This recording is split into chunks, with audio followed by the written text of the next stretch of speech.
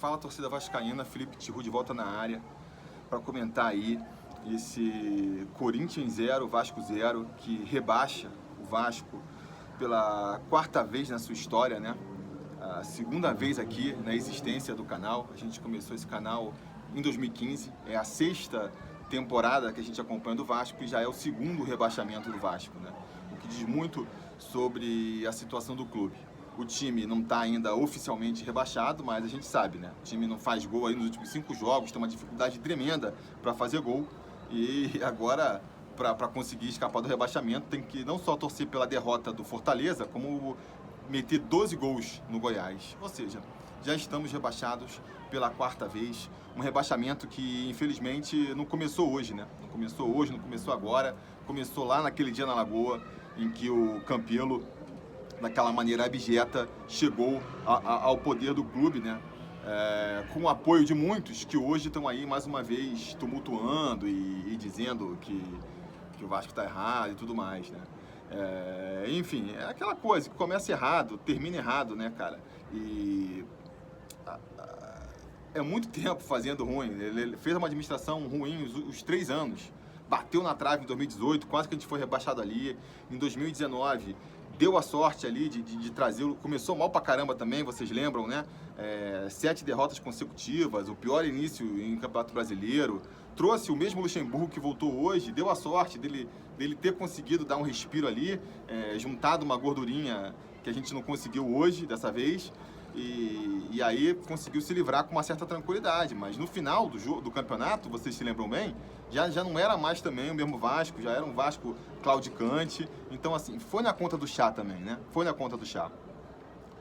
E dessa vez, cara, foi por pouco, né? A gente pode se lamentar aí, a derrota, 2 derrotas para o Curitiba, enfim, vão ter vários jogos que a gente vai poder pegar aí para se lamentar. Um campeonato fraco tecnicamente, que não seria difícil do Vasco escapar, e ainda assim caímos, né? Ainda assim caímos. Para mim, vai totalmente na conta do Campelo, não tem outro para botar. Muita gente agora, até por causa dessa divisão política aí, tá vendo, Salgado, é isso que você queria, austeridade. Cara, zero culpa a administração Salgado desse rebaixamento, zero culpa. Você pode até, o desafio, e vai ser um grande desafio do Salgado, vai começar agora, na verdade, né? E aí as críticas podem ser feitas, porque não teve o aporte, porque não apresentou o plano dos 100 dias. Beleza, críticas válidas, mas se tivesse apresentado o plano dos 100 dias, o Vasco não tinha sido rebaixado? Se fosse o aporte lá de 70 milhões já tivesse concatenado, o Vasco não teria sido rebaixado? Claro que não. Eles fizeram o que eles puderam, eles conseguiram renovar com o Benítez, né, que não jogou hoje, por exemplo. Trouxeram aí o Luxemburgo, que era o treinador que, diante das circunstâncias, é o que todo vascaíno queria. Pagaram 2 folhas de salário para motivar, fizeram aí o plano tentando. Agora, cara, o time muito ruim, né? E muito largado mesmo, assim. Foi revoltante ver o jogo hoje. A gente sabe que é um time tecnicamente fraco, a gente sabe que é um time muito limitado, mas, cara, eu esperava um pouco mais de entrega, cara. Um pouco mais de entrega. Foi uma partida, não vou nem comentar muito a partida aqui, porque, né, dane-se contar detalhes da partida, mas, foi um jogo que quem sentasse para ver essa partida hoje e não soubesse do contexto, falar, beleza, o Vasco tá jogando em São Paulo contra o Corinthians, tá jogando para empatar, tá satisfeito com o empate. Porque aí se você vira pra pessoa e fala, não, o Vasco tem que vencer, senão vai ser rebaixado, o cara ia tomar um susto. Como é que um time que quer vencer joga daquele jeito, cara? Joga sem nem procurar o gol, sabe? Joga todo fechadinho lá atrás. Foi esperar quando faltava meia hora para acabar o jogo, aí começa a soltar mais o time. Não, mas é porque aí se você solta mais o time, você se expõe ao contra-ataque. Beleza, paciência, né? É o risco que a gente tem que correr. O Vasco precisava da vitória. Não é uma situação, se o Vasco, o Bahia fosse jogar amanhã, não soubesse do resultado, ia ser bem assim, como é que se fala? Inconsequente até, eu diria, jogar pelo empate, contando que o Bahia fosse empatar, mas ainda seria mais justificável. Mas a gente já sabia que o Bahia tinha vencido, a gente sabia que precisava vencer para continuar tendo chances. E o time não mostrou zero sangue, cara, zero sangue. É impressionante eu, como a grande maioria da torcida, já estava meio que se conformando com o rebaixamento, sabia que a vitória era muito difícil, mas mesmo assim, foi revoltante ver esse jogo hoje, né, cara? Um time sem sangue, um time, cara, que, porra, sabe, 30 do segundo tempo, o jogo, sabendo da vitória, sei lá, o Daronco marcava ali um escanteio, um tiro de meta, uma falta, um impedimento do Corinthians, pega a bola com tranquilidade, vai preparando. Caraca, cadê aquele nervosismo, sabe? Cadê aquele nervosismo? E isso, desde o começo do jogo dá pra falar. Porque assim, um jogo em que o Vasco tem que vencer, insisto, o Vasco precisava dessa vitória a qualquer custo. Você não viu o Vasco fazendo uma coisa que qualquer time faz hoje em dia, que é marcar em cima do adversário, não deixar sair, bota um homem marcando lá o goleiro no tiro de meta, outros dois marcando apertado mesmo, os volantes, para tentar um chutão, tentar recuperar a bola no campo de ataque. A gente não viu isso, né? Então, assim, um elenco completamente entregue, muito triste mesmo, essa situação de rebaixamento do Vasco. E agora, cara, assim, que nem eu disse, eu eximo a administração Salgado de culpa nesse rebaixamento, mas a bomba que vai cair no colo deles agora é uma bomba muito grande. Uma administração que pretende reestruturar financeiramente o clube, começar o seu trabalho com o Vasco na segunda divisão, uma segunda divisão que vai ser especialmente complicada, né, por conta da pandemia, que deve continuar aí por um bom tempo, pelo menos ainda nesse ano, por conta dos adversários, né, e por conta de uma coisa que a gente já sabia antes, que é a questão aí da queda financeira, né? O Vasco ganha na primeira divisão cerca de 60 milhões de reais.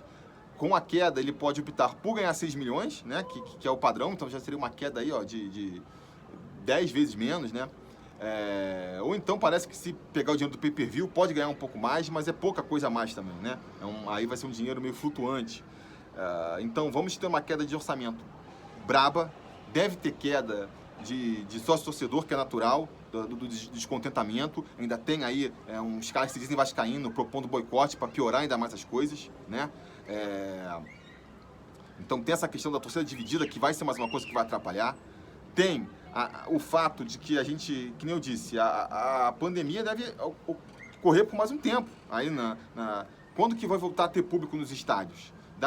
Não dá para ter uma previsão. Pode ser que a gente chegue no final do próximo campeonato sem público nos estádios, que é uma coisa que poderia fazer a diferença, né? O Vasco conseguir atrair público, encher os estádios, até servir, né? A gente sabe que o ingresso para o estádio é uma maneira de você atrair o sócio-torcedor. Não vai ter também esse financiamento, né? Vai ter o próprio desgaste da torcida, muita gente que vai se afastar do Vasco naturalmente.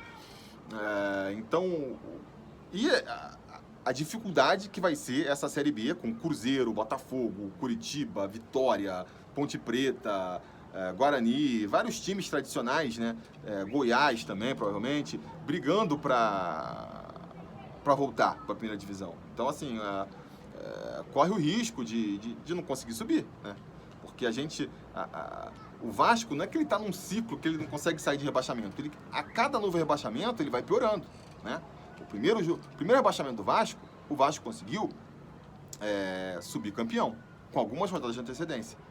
No segundo rebaixamento, já não conseguimos subir campeões, subimos no terceiro lugar e só conseguimos matematicamente o acesso na penúltima rodada da Série B.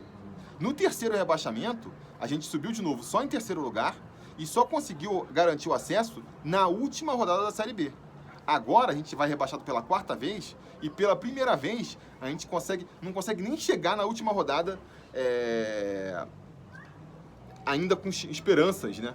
Tem aí a esperança matemática, mas ninguém vai assistir o jogo contra o Goiás na quinta-feira achando que tem alguma chance, né? Rezando. Nem milagre mais salva o Vasco. Então, assim, a situação vai cada vez mais piorando. A ponto de a gente se perguntar se ainda tem chance, né? As duas grandes perguntas que o vascaíno faz há muito tempo,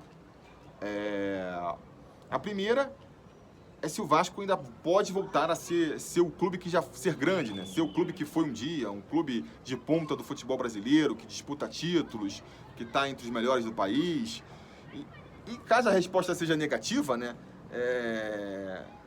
se já morreu, se aquele clube que a gente que é mais velho acompanhou e quem é mais novo nutre a esperança de um dia ver de volta, se ele não vai voltar mais, em que momento, né,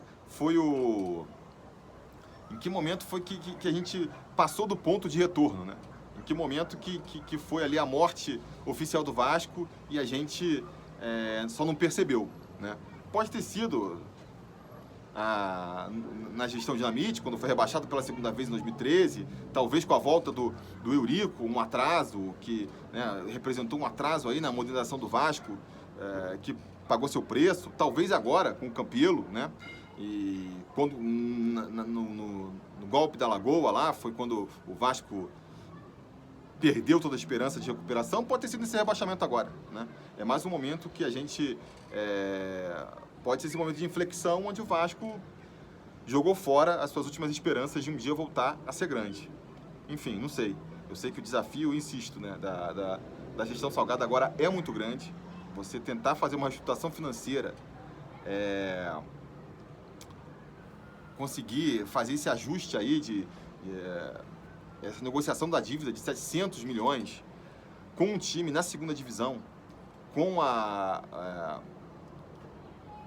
o enxugamento de receitas que deve vir, com a dificuldade de ter que montar um time que vai ter que ser praticamente do zero, né? O que vai se salvar desse time que a gente está vendo aí?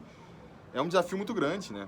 Que vai levar muito tempo, o Vasco não tem tempo, a torcida está cansada, tem sempre esses oportunistas de plantão aí, querendo se aproveitar, porque o Vasco, mesmo mal na segunda divisão, na terceira divisão, ainda gera muito dinheiro, então para quem quer ter benefício próprio, ainda é uma boa fonte de renda, né? Tem todos esses desafios, né? Tem todos esses desafios, então vai ser uma gestão que praticamente não vai poder errar, né? Praticamente não vai poder errar. Mas enfim, agora é lamber as feridas e começar a aceitar essa realidade. Ano que vem é o Vasco na segunda divisão, e uma segunda divisão nada fácil pra gente, né? Nada fácil. Enfim, era isso que eu tinha pra dizer, galera. A gente vai falando.